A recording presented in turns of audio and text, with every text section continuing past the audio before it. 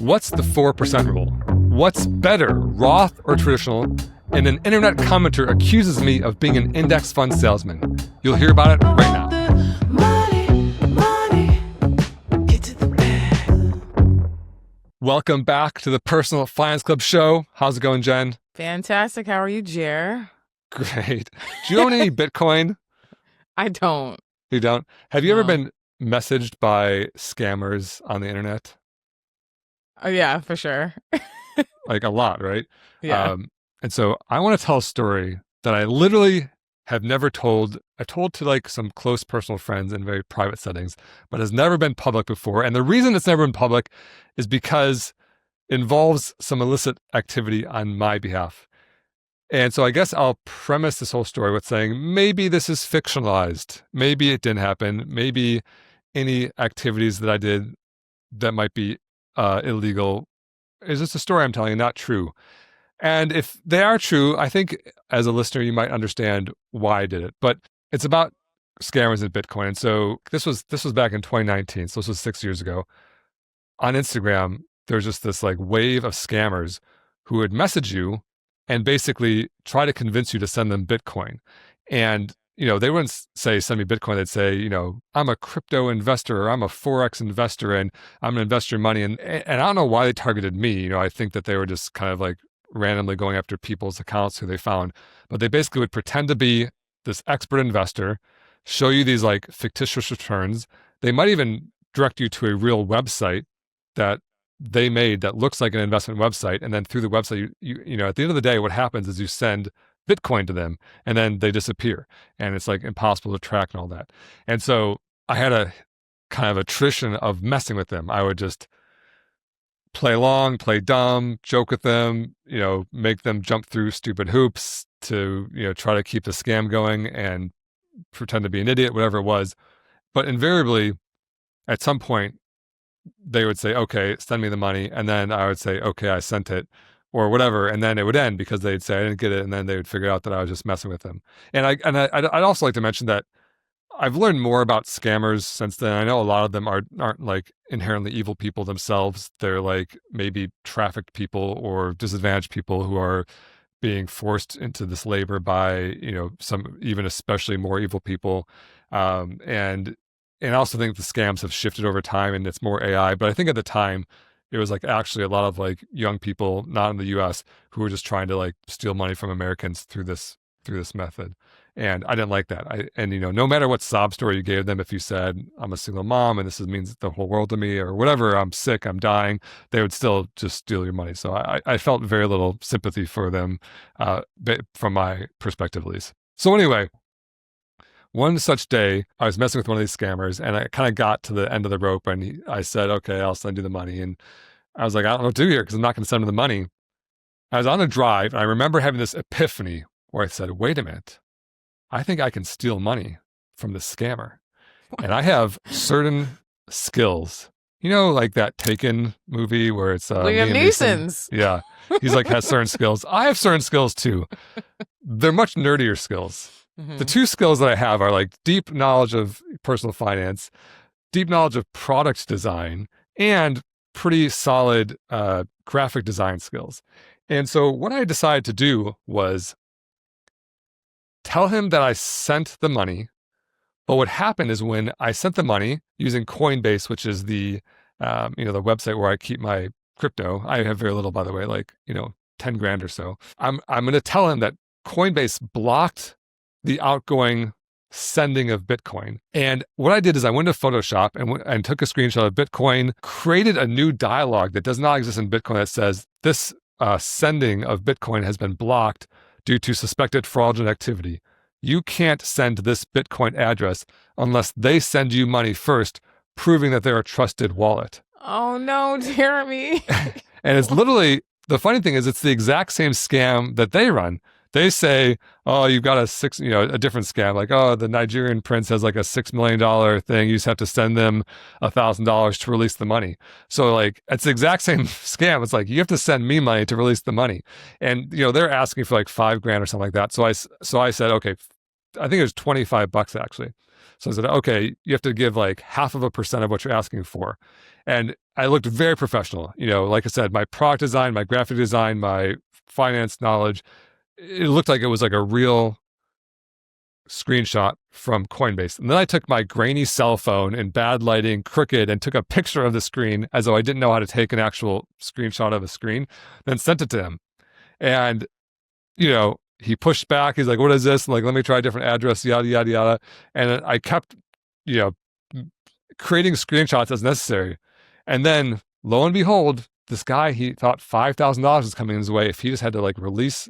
And it didn't even, like, the screenshot said, as soon as you receive the $25, the $5,000 will automatically be released. So he thought he was dealing with like Coinbase to automatically release the $5,000.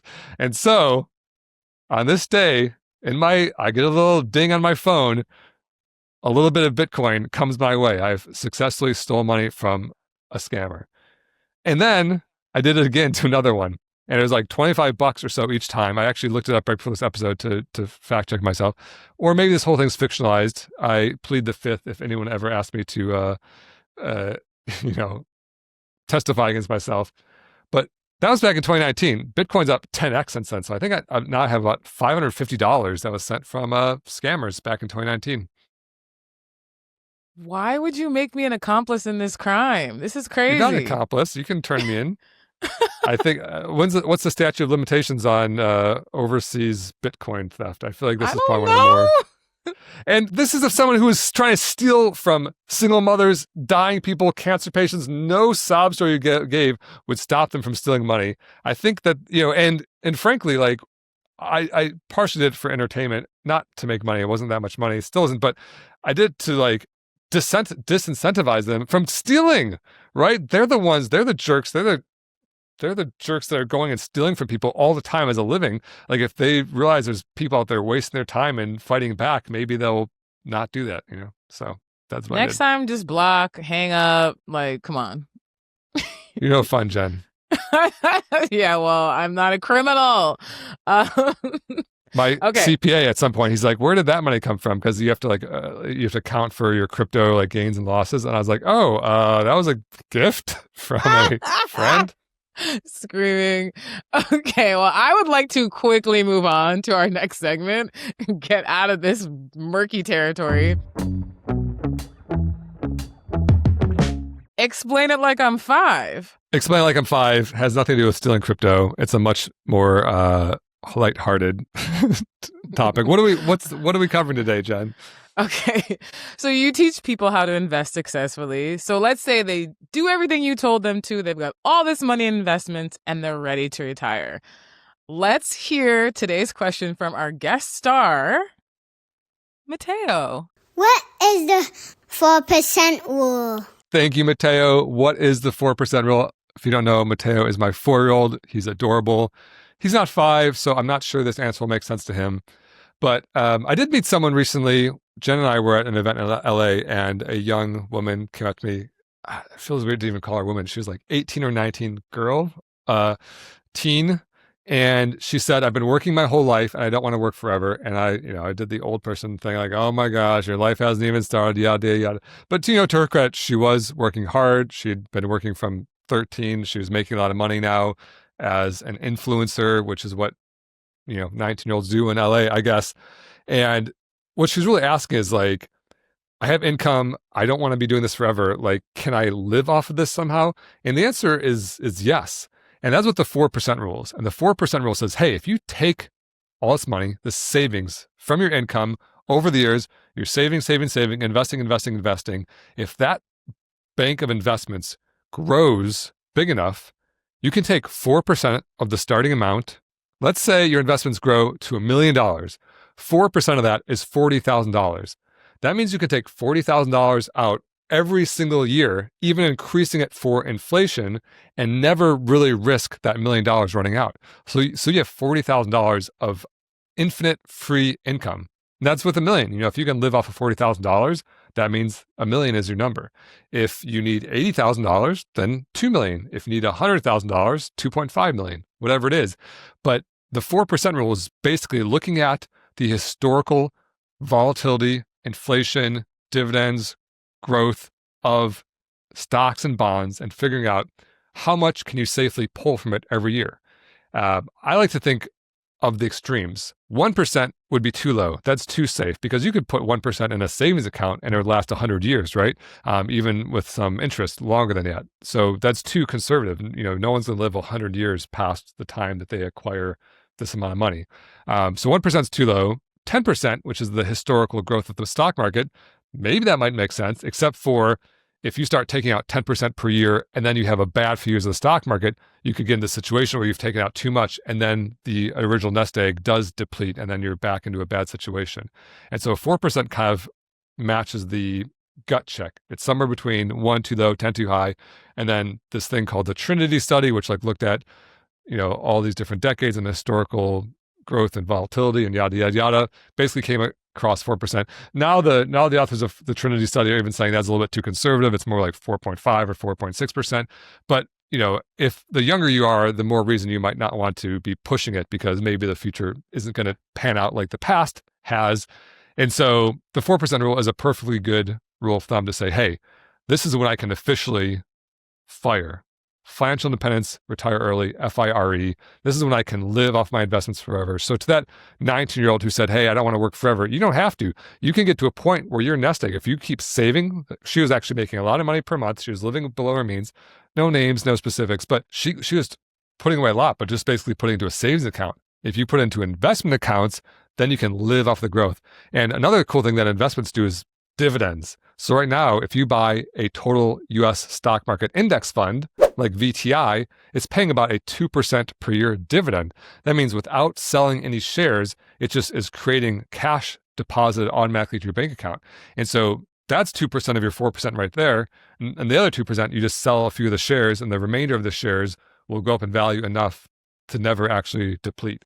And so it's really nice position to be in. And if you can get your investments big enough to live by the 4% rule, you can live off your money forever. I love it. Thank you so much. And it was really inspiring to see so many young people looking to invest and actually see their money grow.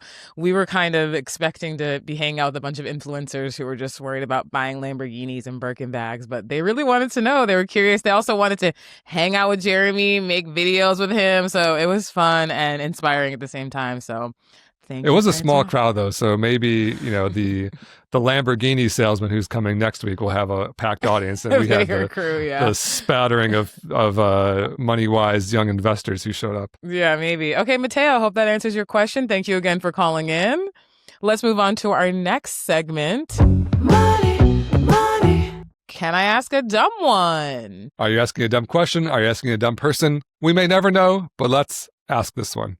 Okay, so this question's from Amanda. Now listen, like I said last week, y'all's questions are too long. So Amanda, love you down.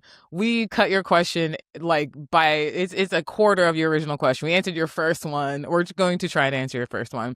So Amanda asks, what are the implications during retirement of having some of my current contributions to my 401k as traditional and some as Roth? I understand that we would owe tax on the traditional 401k distributions and other employer match, but are there other things that would trigger, limit, affect, or disqualify us from? I always like to put things in perspective, and there's big deals and there's small deals. Big deal. Don't bury yourself in debt. Live below your means. Invest early and often. That's the big deal. If you do those things, you'll be in great shape. Choosing between Roth and traditional investments in your 401k is a small deal. Not only is it a small deal, but it's impossible to know the perfect answer ahead of time without knowledge of the future, because it requires knowing what's going to happen to tax brackets in the future, what tax bracket you're going to be in the future, things like that where you can't perfectly decide now. But I'll still give you the answer. But broad strokes, if you are not getting into a bunch of debt, living below your means, earning well, saving, investing along the way, you're going to be in great shape. So you don't need to kill yourself over these small decisions. That said, there's three main types of tax statuses in investments. One is a regular taxable account. So if I go to Fidelity and I click open up brokerage account, and put money in and buy shares of VTI and ETF, that is just the regular old tax status, which means if I do that, or if I buy a gold bar and store it in my basement, and then those things go up in value, the government is going to want a piece of that when I sell it on a capital gain. The second one is Roth. If you put money into a Roth 401k or IRA, then you're never taxed on the gains ever again. And so it's kind of like, I like to think of it with the analogy of seeds. If you are paid in seeds with a taxable brokerage account out of your paycheck, like let's say you get paid in 10 seeds, you pay income tax on your seeds. So you pay 3 seeds and you have 7 seeds remaining. You plant those 7 seeds, it grows to 7 trees, and the government says, hey, you just went from seeds to trees. We got some of those trees, and we're going to take 2 trees, and now you have 5 trees. That's like the normal tax status. With a Roth, you still pay income tax. Your 10 seeds of paycheck go to 7 seeds, but then the trees are never harvested from the government. So you get all 7 trees later on. You're never taxed again. The last status is traditional. With traditional, you don't pay tax on your income. So let's say you paid 10 seeds. All 10 seeds can go into a traditional 401k or IRA. But then when they grow and they're harvested, when you take the withdrawals out, then you do pay the government based on that income. And so your 10 trees become 7 trees.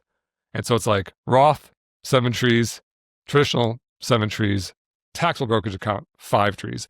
And so both Roth and traditional are better tax treatment than just a regular old investment account, but they're slightly different. And so those are 3 types of buckets. Having both or having all 3 has some nice advantages. And so let's say you have some Roth, have some traditional. What that does is it gives you some flexibility to choose which bucket you withdraw from in retirement. So let's say you have a very, very low income year. Let's say you're 60 years old, you're retired, and then for 1 year you have zero income. There's a level of income tax under which you owe zero income tax. And so you could pull from your traditional investments, and even though tax is owed, that tax rate will be 0. And so that's a nice way to pay no tax when you earn the money because it goes in tax-free because it's traditional, and no tax when you withdraw because you're in a very low income year. If you are in a very high income year, like let's say you sell a bunch of stock in a taxable account and you have a bunch of income or whatever it is, then you could say, okay, I don't want to touch my traditional because that would be taxed at a high tax bracket, at a high rate. I'll pull from my Roth. And so having the 2 buckets kind of gives you some opportunity to maybe do some arbitrage on staying under the low tax bracket if you can. That said, there are some other, you asked about trigger limit effect. I don't really know what all those words mean in your context, but there are some other implications of investing in a traditional account. One is that when you put money into a traditional account, the government has never been paid income tax on it. And the government doesn't like that. And so they have this thing called RMDs, required minimum distributions.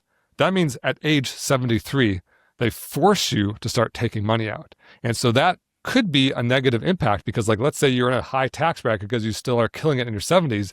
Now you get forced to, subject your withdrawals to this high tax bracket against your wishes. And, for young people, you're like, oh my God, 73, that might as well be, $1 million.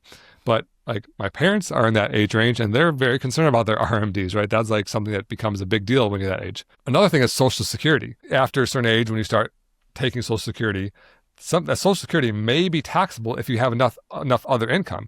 And so if you're pulling money from your traditional because you want to, you need to, or because of the RMDs, that could cause your Social Security to become taxable, which is another implication. Another one is Medicare premiums. Again, with Medicare, when you are old, you get basically government-sponsored health insurance.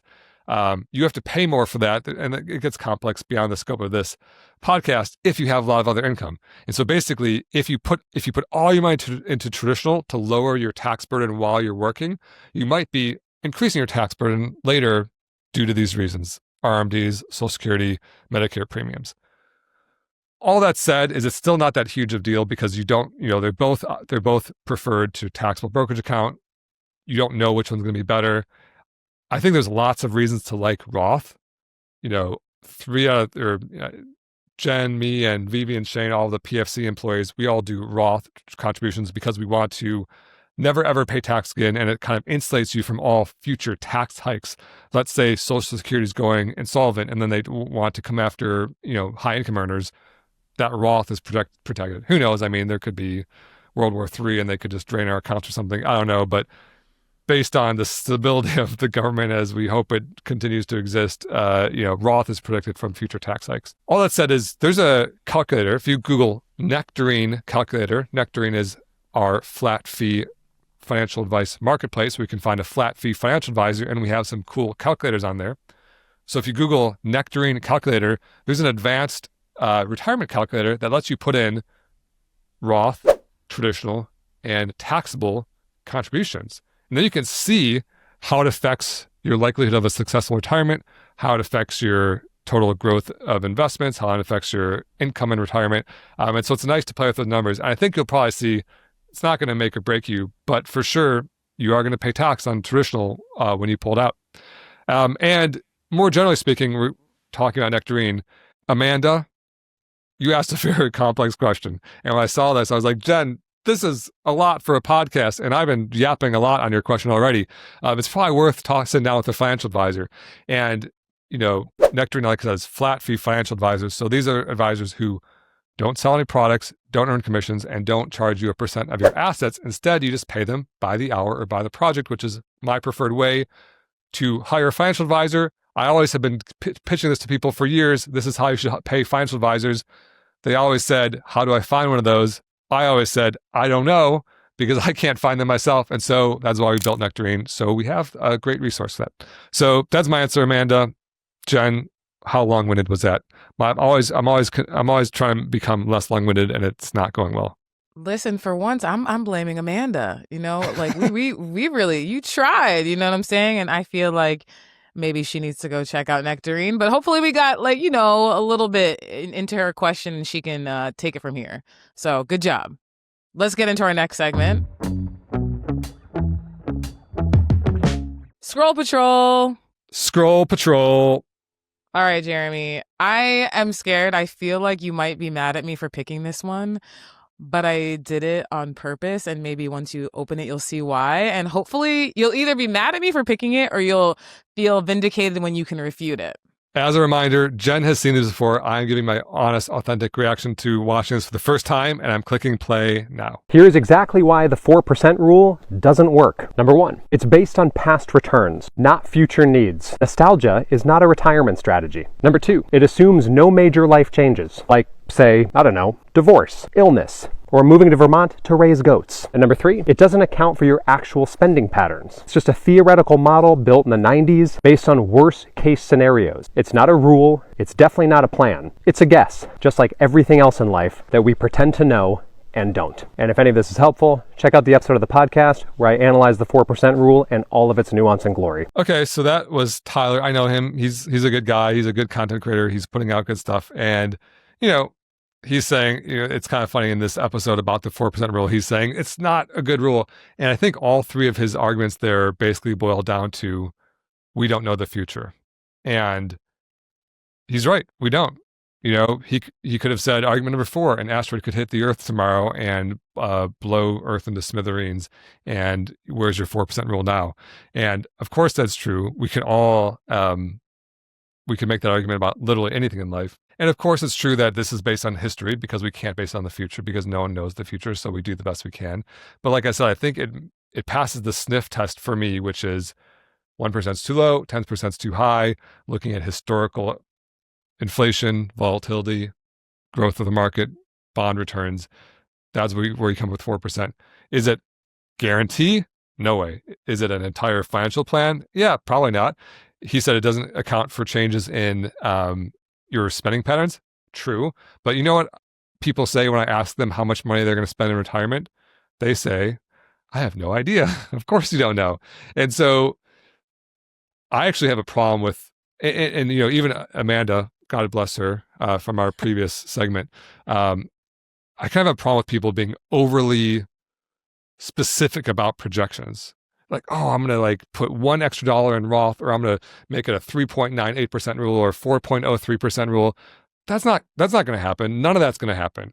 we need to know ballpark. Are we doing great or are we not? If you need to withdraw 15% of your portfolio to retire, you are not going to make it. If you need to withdraw 0.03% of your portfolio, then you're probably a billionaire or whatever.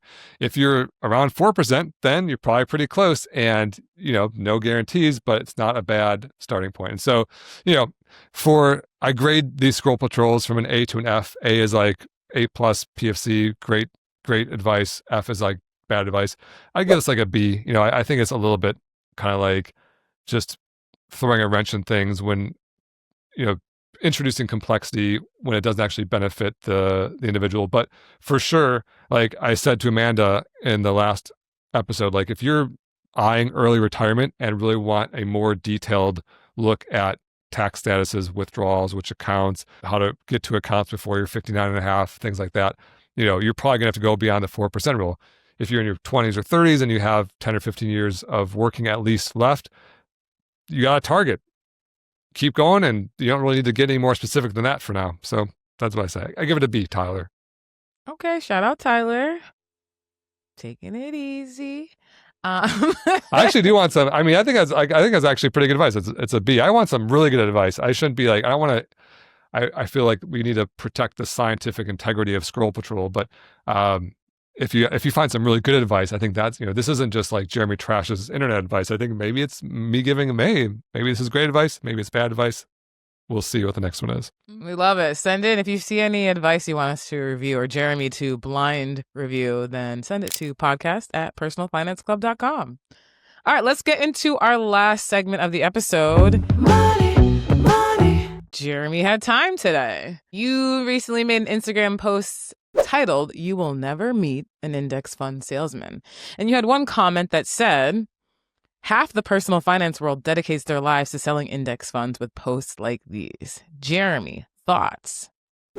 So Jen and I kind of disagreed about this commenter's intentions.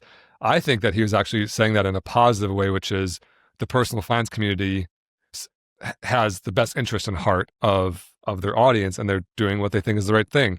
But I actually do kind of hear a sentiment like this. And so just to step back for a sec, this post saying you'll never meet an index fund salesman, what I mean by that is you at some point in your life are going to get sold life insurance by an acquaintance or online or something like that, because the life insurance salesman makes a living from commission. The more expensive, crappy, high commission insurance they sell, the more money they make. This is like this weird inherent conflict of interest, which the worse they do for their clients, the better they do, because there's more profit to be taken from the product they sell you. Index funds don't have salespeople. You literally, they don't exist because there's no profit to be taken. Like the fees are so low, a person couldn't make a living selling an index fund, or if they did, it would be like a higher fee index fund, and you wouldn't want to buy that one. You want to go with the lower fee option. And so I actually do hear this sentiment a lot, which is something like, Jeremy, you don't sell any of these products. How could you don't know what you're talking about. You couldn't possibly be licensed to do these things or whatever. And my answer is like, yeah, of course I don't sell these products. That gives me an unbiased base from which to, look at them. And I'm not an index fund salesman. I'm not a financial services salesman. I'm not a life insurance salesman. I consider myself a serious hobbyist, and I deeply look at each of these things and try to understand them because I like doing it. And I find tons of merit to index funds, and I find little to no merit to high commission life insurance, for example. And so if I thought high commission life insurance was great, I would be doing it. I would be buying it. I'd be recommending it because I don't make money from anything. I'm just saying what I think, which is like a great way because I'm not sponsored, don't earn commissions, all that, with the exception of Nectarine. And so, of course, there's a conflict of interest there. And so if I'm suggesting a financial advisor and I say Nectarine, of course, that's a conflict of interest. But beyond that, I don't, have any reason to recommend any product over the other. So I kind of do consider myself a index fund salesman. I don't earn commission. I don't make money from it, but I think it's the right thing, which is why I always talk about it. Amazing. Okay. Yeah, and maybe it's a tone thing. You can't tell tone from text or comment. And then I do know who wrote this comment though, and he wasn't being positive. So you had the insider scoop. That's not fair. Yeah. You know, Yeah, I'm going in blind. it's my show, so it doesn't have to be fair. I guess it's just your show too. But Yeah, hey, no, I was kidding. Okay, on that note, that is all the time we have for you on today's Personal Finance Club show episode. Thank you for listening, and we'll see you again next week. And don't forget to follow the 2 rules of Personal Finance Club. Rule number 1, live below your means. And rule number 2, invest early and often. The Personal Finance Club show is produced by Jeremy Schneider and Jen Mundia. Music by Esabalu and Homie. Send your questions to podcast@personalfinanceclub.com. The Personal Finance Club show is co-hosted by Jeremy Schneider, who is a co-owner of Nectarine, an SEC-registered investment advisor. The views expressed on this show are those of the hosts and guests and do not necessarily reflect the views of Nectarine. Please refer to hellonectarine.com for all relevant disclosures. This podcast is for informational and educational purposes only and should not be construed as personalized investment advice or a solicitation to buy or sell any security. Listeners should consult their own financial, legal, or tax professionals for advice specific to their situation.